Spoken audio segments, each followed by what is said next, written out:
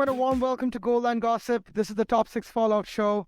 This is a weekly recorded show where we discuss the Premier League top 6 games and our takeaways of the game week. Moving on to talking about the supposedly big game of the weekend, Chelsea versus Tottenham Hotspurs. This was a game where in the past 5 fixtures, Chelsea did not lose. They did not lose. They were undefeated. However, the results were different. Tottenham had a convincing 2-0 victory over Chelsea. And I want to talk about this game quickly, starting with the Bong Scouser.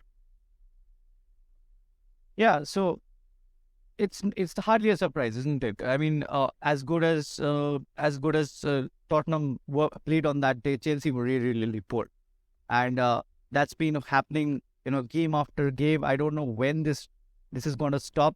Surely it's going to stop at some stage. I cannot see a team like Chelsea finishing below top 10. But Harry Potter. Oh, sorry, Graham Potter. So Graham Potter. I don't know how he's still at the job. He's getting the sort of backing that Arteta got at Arsenal. Whether that would turn out to be good or bad, I'm not sure. For me, that guy with Arteta, what I think is that Arteta had a plan. You could see that. He was continuously playing the team that he believed in. He watched some really young guys, and there was a sort of plan. But with Potter, I really don't see that. He seems to be out of his mind. And I don't know. Potter, sorry, He's out of his depth, I believe. Completely out of his depth. And when you see some of the lineups that before the games, you can tell that Chelsea would be losing that game. They brought in Enzo Fernandez. I did not expect Enzo Fernandez to be in top gear from the first game. But he's been okay. But if you see other facets of their game, they are clearly lacking. They don't have that competitive edge. They are just going through the motions, and really it's bad times for Chelsea. That's all I can see. And I don't know even will they buy in the summer or what will they do, but That's what they do. That's what they do. Yeah, but buying will not be enough. Right. Listen, Even if they get the best players, I don't think Chelsea is top 4 material anyway. of course not. That top 4 is long gone. That's a long shot for sure. So not this season, not just this season. In the coming seasons as well. Oh, okay. But listen, I got a statistic for you guys here. Chelsea has won only 2 games in the past 15. That is relegation form. And I've looked at the fixtures. I know what you guys are going to say. They're not going to get relegated. Listen, I perhaps know this too. They're probably not going to get relegated with that squad. But that form is undeniable. It's not over 4 or 5, 6 games. It's 15 games. They won 2 out of 15. That is unacceptable. Crazy. And if you compare it with Everton and Southampton, they have won more games in that same period of time than Chelsea have. So don't rule this out. There's a very faint chance, but they could get pulled into a relegation battle come the last quarter of this. Well, the last third of the season. It could happen if you see in the last let's say 7 years or 8 years back. Would you count Everton to be relegation contenders? No, right? By no means. Mm-hmm. But now they have become a serial relegation contenders, season after season. You see them there, and even with Chelsea spending so much, and but you see that there is no plan at the club. There is no plan for the future. I just don't see a plan. Mm-hmm. So it could potentially happen in the years to come. Right. Can't rule that out. I'd like iTunes Max take on this. Listen, Chelsea have spent money. You guys were talking about spending a lot of money as well this coming summer. What is your take on Chelsea, and do you think Potter should be given more time? Well, I'm looking for the players Chelsea are releasing next window. Yep. We'll be taking that.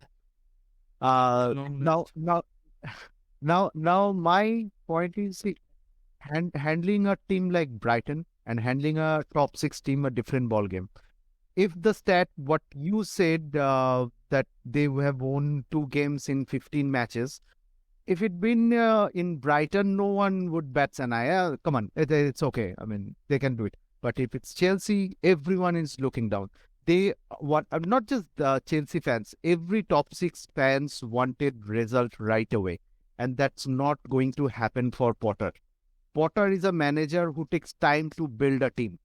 And the way they have bought the players, it takes time to build a team formation, coordination, and giving the result right away. It's not possible in this season. At least it's not possible.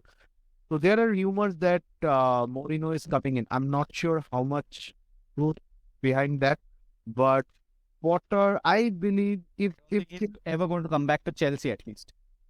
Yes.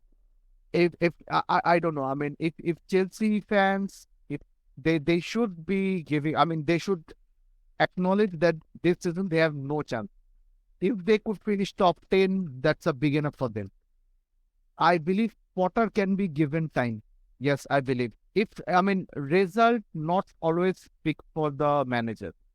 Give time. Give him this season.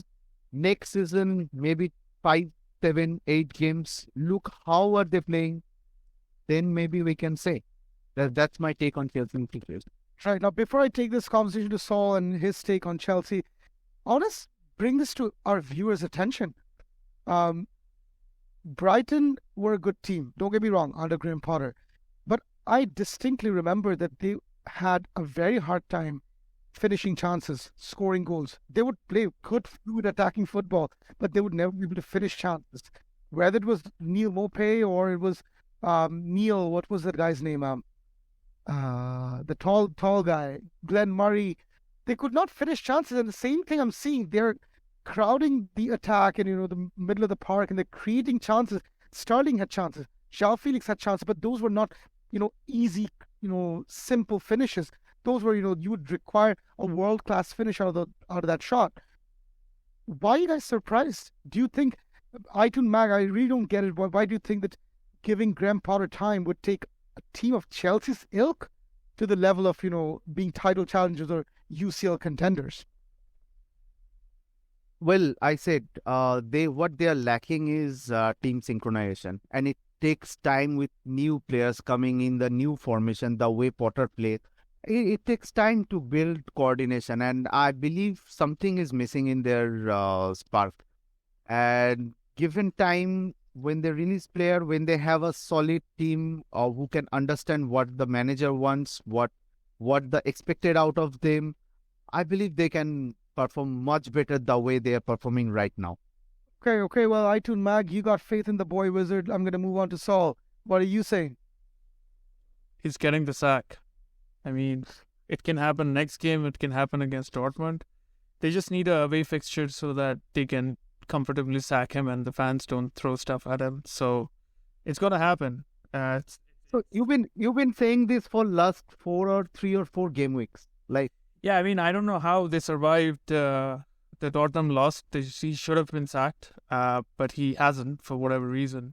Maybe there's something in the contract that you need to play a certain amount of games, and then if you get sacked, you'll get less money. I don't know. I've not seen his contract, and I'm pretty sure those clauses will be very private.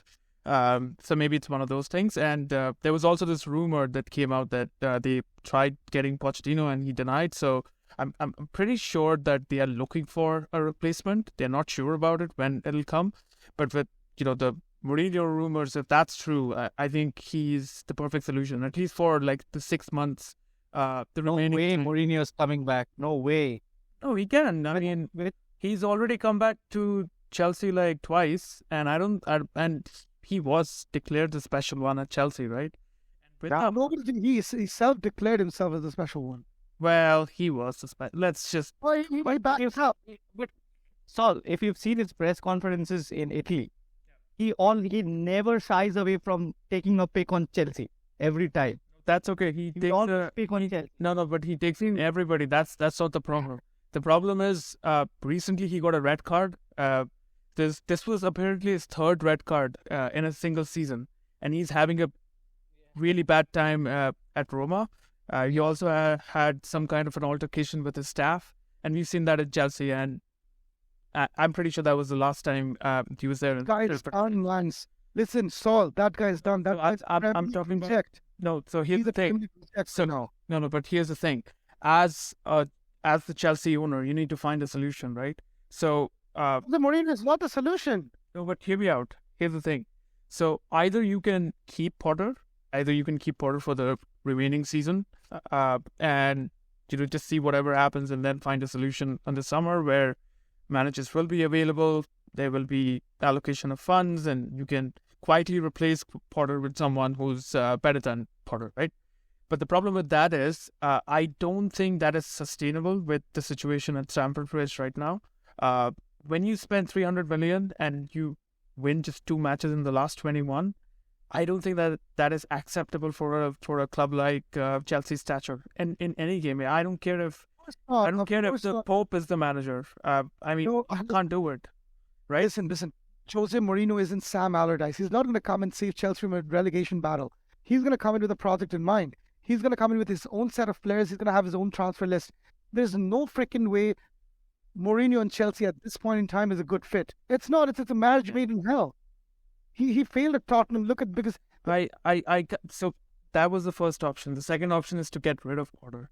If you get rid of Potter right now, you only have a handful of managers that might come in for the remaining season. Because whoever comes in, whether it's Mourinho, whether it's Fergie from retirement, I don't care. It's going to be A name for you. Who's that? Roberto Di Matteo. They can bring him back. Is he? There are still good options out there. There is Luis Enrique, who's available.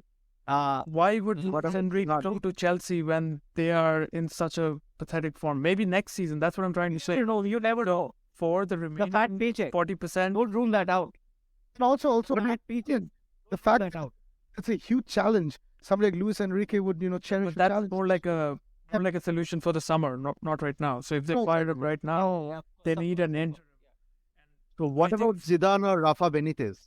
I don't think Zidane is coming to the Premier League. I think United tried him when we sacked, probably like once with Solskjaer and once with Ragnick, but I don't think he's coming. He is probably gunning up for the French job, for the French national team, and I don't know about Benitez. Benitez, yeah, he's like a Mourinho kind of solution, like an interim solution for 6 months.